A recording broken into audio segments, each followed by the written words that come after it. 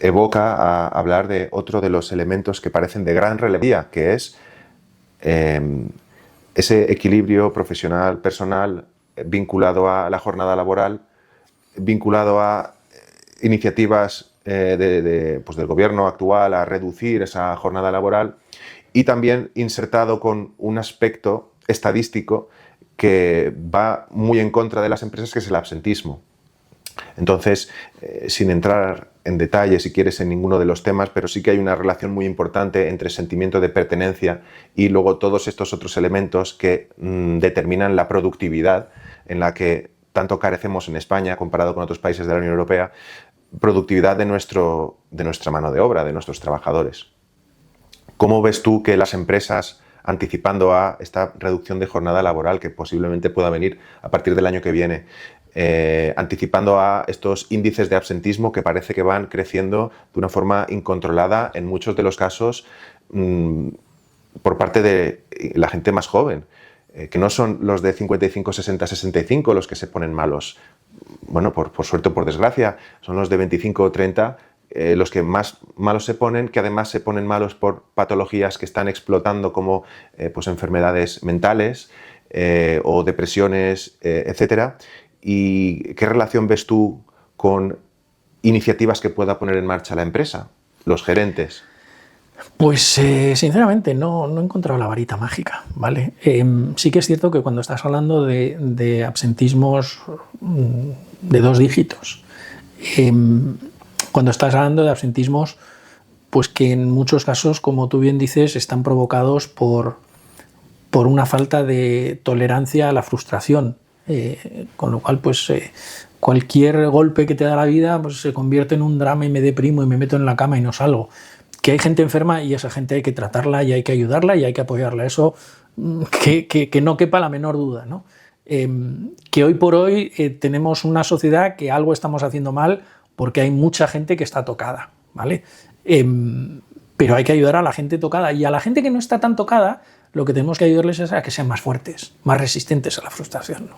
No el hecho de que el primer no ya se te derrumban. Bueno, pues esto no, pero a lo mejor lo otro sí. Entonces yo creo que eso es importante. Pero al final, mira, hace poquito, justo después de la muerte del Papa, yo tuve que ir a Italia y había una reunión de las 2 cámaras en el Parlamento italiano, y después de haber tenido una gran discusión, porque claro, es un estado laico, y ¿cómo nos vamos a reunir para hablar del Papa? Bueno, pues se sentaron a hablar de los valores que representaba el Papa o que representó el Papa Francisco, ¿no? Y todos, con mucho respeto, unos valores, otros, apelaron a una serie de valores. Y eso es un ejemplo para la población. Lo que tenemos que tener es ejemplos, y lo que no podemos hacer es que el ejemplo que vemos es que tenemos 2 grandes partidos que no se ponen de acuerdo ni... En lo único que se ponen de acuerdo es en subirse el sueldo. Todo lo demás nunca están de acuerdo para nada y se boicotean. Entonces, eso al final cala en la sociedad, con lo cual al final creamos el enfrentamiento de empresa-trabajador. Pues vamos a ver, la empresa quiere que sus trabajadores estén bien, ganen razonablemente bien, y les encantaría pagar más, pero los márgenes que nos deja el mundo real son los que son. Tenemos una competencia que es China, que han hecho las cosas mucho mejor que nosotros. También es cierto que tienen unas herramientas que nosotros aquí no tenemos y hemos renunciado a ellas. Y me parece muy bien que hayamos renunciado a jornadas de 18 horas, a abusos, a explotación. Me parece fantástico. Es decir, mi abuelito, que en paz descanse, luchaba por eso.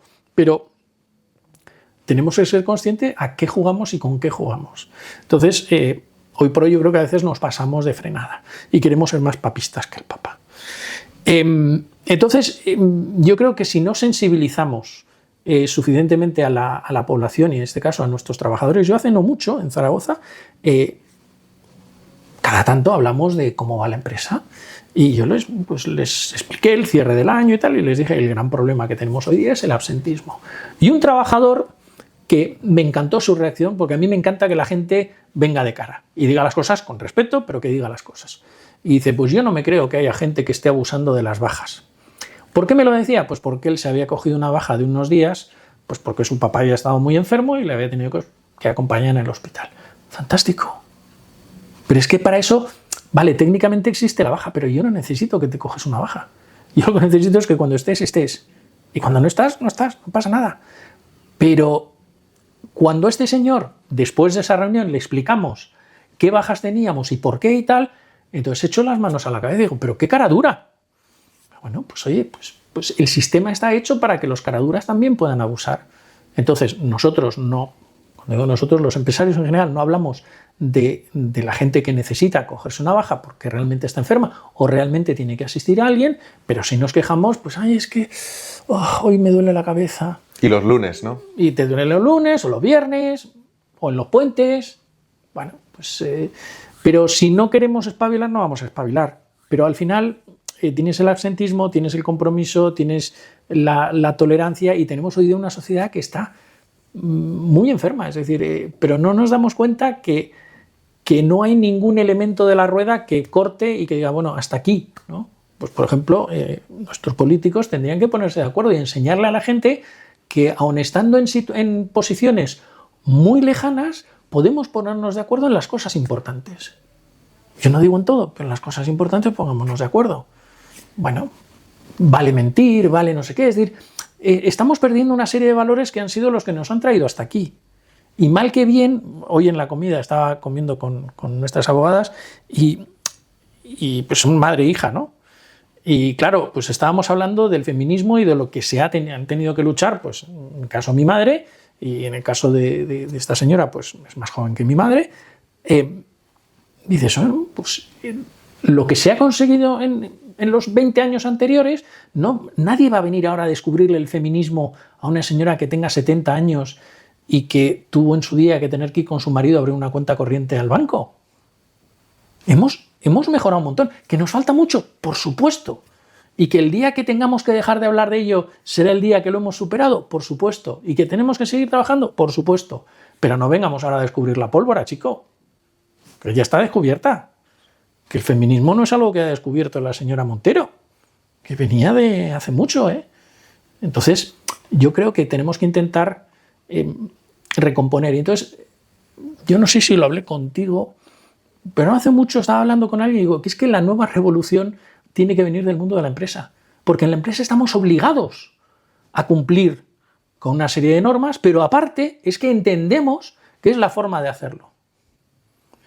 Y somos mucho más pulcros, tenemos muchas mejores praxis de las que se tienen en las instituciones públicas. Con lo cual, pues creo que de ahí tenemos que lograr un cambio.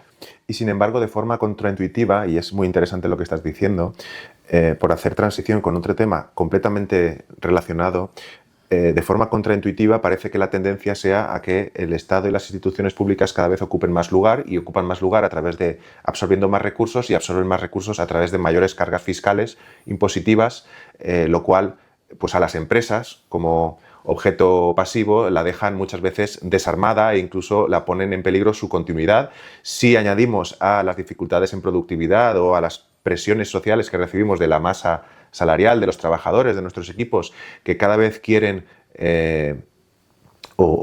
quieren vivir mejor o quieren con la misma productividad o incluso menor tener mejores condiciones, y por otro lado está ese socio en la sombra que cada vez nos exige más a través de los impuestos, y la reacción, entiendo, natural de muchos empresarios es poner mayor foco en temas de fiscalidad nacional e internacional que casi en propias iniciativas empresariales para mejorar esos márgenes o mejorar esa productividad. Pero fíjate, antes de entrar en la fiscalidad, déjame que haga un apunte sobre la productividad. Cuando nosotros analizamos la productividad en España, decimos es muy baja. Tenemos sectores en que es muy alta, pero ¿qué es lo que pasa? Que una parte muy importante de nuestro Producto Interior Bruto viene por el turismo y por los servicios, en donde el valor añadido es pequeño y donde la productividad es baja. Con lo cual, lógicamente, si no cambiamos ese mix generador de PIB, siempre vamos a seguir teniendo una productividad baja. Porque claro, hay plantas automotrices en España que son las más rentables y las más eficientes de sus grupos.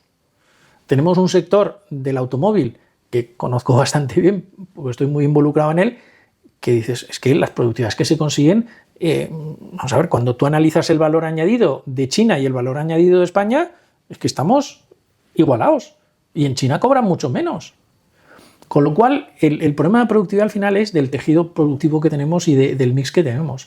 Pero claro, si como tú bien dices, tenemos un socio que nos va drenando y que nos va haciendo que no solamente los impuestos, son impuestos y todas estas cosas, como digo yo, para arancelarias, ¿no? Todos estos peajes que tenemos que pagar, pues no. Y ahora tenemos que hacer, si tenemos más de 50 trabajadores, el protocolo de por qué vamos a la luna. No quiero mencionar ninguno en concreto, pero tenemos unos cuantos. Pero es que hacer ese protocolo a una empresa le cuesta 10, 15, 20.000 euros, porque es hacerlo, aplicarlo, no sé qué, el dar tiempo a no sé cuántos. Entonces, estamos jugando a cargar y lastrar a las empresas y luego nos extraña que una empresa diga que pone su sede en Holanda. ¿Qué te crees? ¿Que en Holanda no pagan impuestos? Claro que pagan impuestos. Yo, cuando estuve en el grupo papelero, teníamos una filial en Holanda y créeme que pagamos impuestos religiosamente. Y poco menos que aquí, tampoco te creas tú que era tan jauja. Pero bueno, ¿qué es lo que pasa? Que aquí tenemos una guerra contra la empresa y el empresario. Y ni ángel ni demonio, es decir, no son todos angelitos, pero no son todos tampoco demonios. Empresario es un taxista, empresario es el que tiene la mercería a la vuelta de la esquina de tu casa. Entonces, al final, tenemos que entender que es gente que ha decidido emprender un negocio, está poniendo en riesgo su patrimonio, su capital. Bueno, lógicamente, pues aparte de vivir, quiere una rentabilidad de su capital, como queremos todos. Porque cualquier operario de cualquiera de las líneas que yo dirijo, pues te aseguro que cuando va a la caja de turno, igual que sea en Ibercaja o en Iparcucha o en la laboral, va y si pone 5.000 euros quiere que le den el 2%, el 3%. Bueno, pues todo eso a otra escala es lo mismo. No nos extrañamos cuando la típica conversación de Navidad que el cuñado te dice, no, pues yo el piso lo compré en 250.000 y lo he vendido en 500.000. Bueno, pues eso, quieras que sí, quieras que no, si lo haces como empresario es que eres un especulador. Pero tú, ¿cómo no vas a aprovechar la oportunidad? Bueno, pues esa oportunidad también tiene derecho el empresario a aprovecharla. Uh-huh. Entonces, no nos damos cuenta que hay muchos gestos en el día a día que son muy normales, pero que lo mío son costumbres y lo tuyo son manías. Y entonces al final es la forma de cómo vemos al otro. Y eso, volviendo a lo de la gestión, eso es clave, que hagamos que la gente empatice más y entienda el por qué lo tuyo no son manías, sino son también costumbres. Que a mí me molestarán más o menos, eso es otra cosa, pero que tenemos que aceptarlas y que integrarlas. Y una de las iniciativas que cada vez parece ser más común en cuanto a acercar ese relato es el hecho de que en las nóminas aparezca el coste real de empresa de cada trabajador para que entienda que 1.500 euros no son 1.500 euros, son 2.700, 2.800 o 3.000 euros. Así es. Entonces, es una de las formas pedagógicas a la que la empresa está en muchos casos recurriendo para hacer entender que no estamos tú y yo luchando uno contra el otro, sino que como decías antes, los márgenes son los que son y yo quiero pagarte más y para pagarte más, una de dos, o lo sacamos de algún lado de donde lo estemos produciendo o tenemos que decirle a este socio en la sombra que él es el responsable de que yo no pueda pagar más a mis trabajadores. Ni más ni menos. Y luego también yo en una empresa hice una labor pedagógica con el tema de la nómina, porque claro, dice, hombre, pero yo fabrico más que esto. Sí, pero dice, mira, para que tú estés ahí fabricando, tiene que haber un señor en almacén, tiene que haber un señor en ingeniería, tiene que haber un señor una persona tomando los pedidos, otra persona no sé qué. Entonces, al final, tú tienes que contribuir también al conjunto de los gastos generales. Hay que pagar la luz y hay que pagar la letra de la máquina. Entonces, empiezas a hacer el breakdown y al final decías, no, es que para pagarte a ti tu sueldo, pues hay que vender 300.000 euros al año. Por último, y para cerrar este capítulo de Tendencias del Mundo Empresarial, has participado en empresas familiares y es uno de los grandes dilemas de muchos empresarios que son profesionales o son expertos en su oficio, van creciendo de una forma casi orgánica, involuntaria, muchas veces se convierten en empresarios y tienen que ir incorporando gente a su equipo, muchas veces falta de ayuda hace que se les plantee la idea de incorporar a miembros de la familia, una persona en administración o alguien que les ayude con los pedidos o alguien en el taller. Al cabo del tiempo esto se convierte en un arma de doble filo y está claro que no hay una respuesta única para todos los casos. Pero en tu experiencia, Jorge, cuando hablamos de empresa familiar y trabajar con miembros de la familia, ¿de qué lado de la balanza lo ves? ¿Tú crees que es algo más ventajoso que desfavorable o crees que es una decisión que hay que pensar mucho antes de ser demasiado tarde? Yo creo que hay que pensarlo muy mucho, hay que sentar muy bien las reglas de juego, ¿vale? Es decir, yo siempre digo que lo de los protocolos familiares, no solo para el gobierno de la empresa, sino para el día a día de la empresa. Y yo no soy partidario, ¿vale? Porque al final yo creo que una de las cosas buenas, y lo hablamos con mi mujer, y mira que trabajamos en la misma empresa, tenemos nuestra consultoría y ella lleva todo lo que es el área de recursos humanos y selecciones y luego asesoramiento y consultas y tal, porque hay mucho desconocimiento al respecto, ¿no? Y entonces tienes la gestoría y la gestoría hace lo que hace, pero los recursos humanos es mucho más que la gestoría. Pero bueno, volviendo a esto. Al final, ¿qué sucede? Que si tú tienes tu ambiente familiar y luego tienes tu ambiente laboral y tus amigos, tienes distintos contextos en los que relacionarte, con lo cual tienes una capacidad de expansionarte mucho mayor que si al final a los mismos que ves en la oficina los ves el domingo en la comida o los ves en el partido el sábado, ¿vale? Entonces yo creo que es bueno y es bueno sobre todo quitar el mayor número de prejuicios, ¿vale? Dicho esto, yo tengo un gran respeto por las empresas familiares, sobre todo por empresas que han crecido y que han crecido muy bien y que lo han hecho muy bien.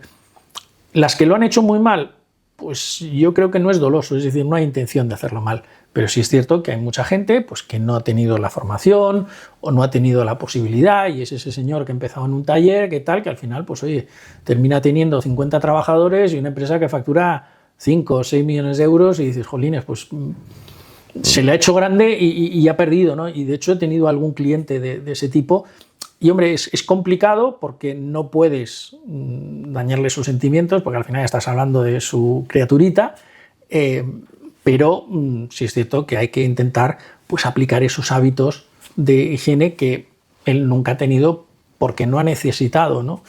Entonces, las empresas familiares, yo prefiero otro tipo de entornos más impersonales en donde tengamos la obligación de construir nuestra relación a un entorno en el que ya viene la relación construida y claro, pues yo no te puedo esto porque el domingo nos vamos a ver con los abuelos y entonces es complicado, ¿no? Uh-huh. Y sí es cierto, yo me acuerdo, mi padre hace muchísimos años cuando volvimos a España trabajó en Chupa Chups, lo contrató el fundador de Chupa Chups, Enrique Bernat, y Enrique siempre le decía, hombre, el consejo de administración de la empresa lo tenemos en la cocina de casa. Bueno, pues eso es una cosa buena por una parte, pero es una cosa mala por otra, porque a veces las decisiones pues no las estás tomando con el mayor criterio técnico, las estás tomando con criterios subjetivos y emocionales, que muchas veces es lo que necesitas, pero otras muchas no. Entonces, yo soy un gran ¿cómo diría? No defensor, porque la palabra tampoco es defensor, pero respeto mucho la empresa familiar, respeto mucho las empresas familiares que se esfuerzan en intentar hacer las cosas bien, que no siempre se logra, pero el intento ya de por sí creo que es un ejercicio muy, muy saludable, pero parte del problema que tenemos en España, aunque suene mal, es que el tamaño importa. Y en España tenemos un 99% de las empresas que tienen menos de 50 trabajadores. Y claro, pues empresas de 10, de 5, ¿cómo vas a invertir en I+D? ¿Cómo vas a invertir en una maquinaria? No sé qué, no tiene recursos, no genera recursos. Entonces, si a veces, y yo de hecho intenté hacer un proyecto para fusionar a 3 empresas industriales vascas, y claro, pues te estabas enfrentando con 3 egos que los entiendo perfectamente, ¿no? Porque dices, es que esta criatura la he hecho yo y este otro era mi enemigo o me quitaba clientes. Bueno, pues a veces hay que unirse y hacer de tripas corazón para hacer una entidad más sólida y más sostenible, ¿no? Entonces, sí o no, pues existen, están ahí y tenemos que ayudar a que crezcan y que mejoren y que se profesionalicen, pero eso no quita que tienen una serie de complejidades de gestión muy grandes. Uh-huh. Y por una cuestión poblacional, además, parece que venimos abocados a una era donde gran parte de las empresas familiares van a desaparecer por dos motivos. El primero, una cuestión de pirámide poblacional de edades en la que hay una generación por edad de empresarios que no tiene relevo suficiente, y en el segundo lugar porque los propios hijos de aquellos empresarios que sí que tienen un relevo natural no quieren pasar por el mismo calvario, el mismo sufrimiento, el mismo nivel de esfuerzo, las mismas dificultades, y optan por pues una formación superior y trabajar por cuenta ajena o irse al extranjero y probar otros proyectos empresariales. Esto abre una oportunidad, y es que hay una nueva tendencia en donde emprender no es iniciar una empresa desde cero, sino retomar una empresa que ya existe. Quiero saber si en tu entorno y tu opinión al respecto crees que hoy en día, si tienes a alguien que se acerca con esa disyuntiva y te pregunta, oye, ¿crees que merece la pena invertir, empezar una empresa desde cero? O quizás tendría que acercarme a los comercios de mi barrio, a las pymes, y retomar una empresa de esta persona que se jubila o de esta persona que quiere pasar de mano su negocio. ¿Qué visión tienes al respecto? Yo creo que ese es un ejercicio muy necesario, ¿vale? Vamos a ver, si miramos las estadísticas de las nuevas empresas que se han creado y cuánto duran, todos las hemos visto y no es muy halagüeño. Por otra parte, sí que es cierto que llevamos unos años que creamos una empresa y me hago un millonario en 2 años. Bueno, mira, pues eso, no digo que haya una entre 1 millón, pero Facebook, Google o todos estos hay uno entre millones y millones y millones de fracasos. Que están muy bien porque sirven para aprender, pero seamos conscientes. En el caso de los fondos, por ejemplo, somos una segunda oportunidad para todas esas empresas. Y sí que es cierto que yo creo que es algo que cada vez hay más advisors, es decir, empresas que se dedican a conectar a vendedores con compradores que están trabajando eso. Es decir, hay ejecutivos que o bien están trabajando y que tienen inquietudes, o ejecutivos que, oye, pues que por lo que sea, pues han tenido un despido, han cobrado una indemnización y dicen, oye, pues invierto. Luego hay fondos. Entonces, yo sí que creo en esas segundas oportunidades. Hombre, hay empresas que realmente dices, me sale más barato hacerla nueva que comprarla o que seguirla, aunque sea por €1, ¿no? Porque muchas empresas se terminan vendiendo por €1. Yo hace poco ayudé a un amigo a traspasar su empresa y la traspasó por casi nada. ¿Por qué? Pues porque él se jubilaba, su hija no es abogado, está aquí, no tiene nada que ver con el sector. Bueno, pues yo creo que es muy interesante, sobre todo porque al final una empresa, mal que bien, tiene un histórico, tiene un fondo de comercio, tiene un know-how, tienes una serie de trabajadores que están capacitados y que saben hacer su trabajo, que a lo mejor hay que enseñarles o pedirles que hagan las cosas de otra forma, vale, bien, pero al final la gente se adapta. Pero yo en eso sí que creo, y sobre todo creo en aglutinar empresas para conseguir volumen, porque es importantísimo tener recursos para invertir en temas de IT, digitalizar las compañías, en temas de I+D, en temas de procesos innovadores y procesos productivos eficientes, y luego tienes que generar caja para poder invertir en maquinaria moderna y de última generación, es decir, porque al final es la única forma que tenemos de ser productivos. Es decir, ya se acabó el que España era barato en mano de obra. Hoy día España es caro en mano de obra. Tenemos muchos países en Europa que son mucho más baratos, y tenemos a 15 kilómetros un país que está a la cuarta parte que nosotros.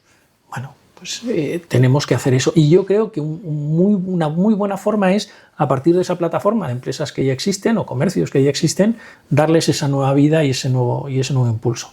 Y sí que es cierto que en Madrid, por ejemplo, ya he visto varios comercios que dices, hombre, vaya cambio de cara, y luego entras y te das cuenta que no era la misma persona que estaba detrás del mostrador. Y a mí eso me alegra, porque creo que eso es progreso, y sobre todo es mucho empuje y muy buen rollo que hay detrás, porque cuando abres un negocio al final es una energía positiva que eso irradia y funciona. Luego hay que hacer las cosas bien, ¿no? Y tener una buena oferta competitiva, un producto que atraiga, el promocionarlo correctamente, bueno, pues todo lo que hay detrás, pero al final yo creo que eso es muy positivo. Pero socialmente tenemos que fomentarlo mucho más y respetarlo mucho más. Porque hay que ser muy valiente.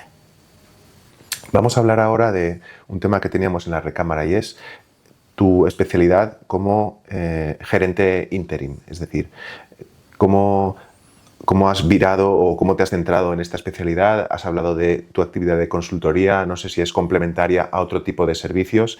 Sí que me gustaría que hablaras de las distintas alternativas, empezando por esta de interim, entre otras alternativas, otras modalidades de acompañamiento que hayas tenido con anteriores clientes o con futuros clientes.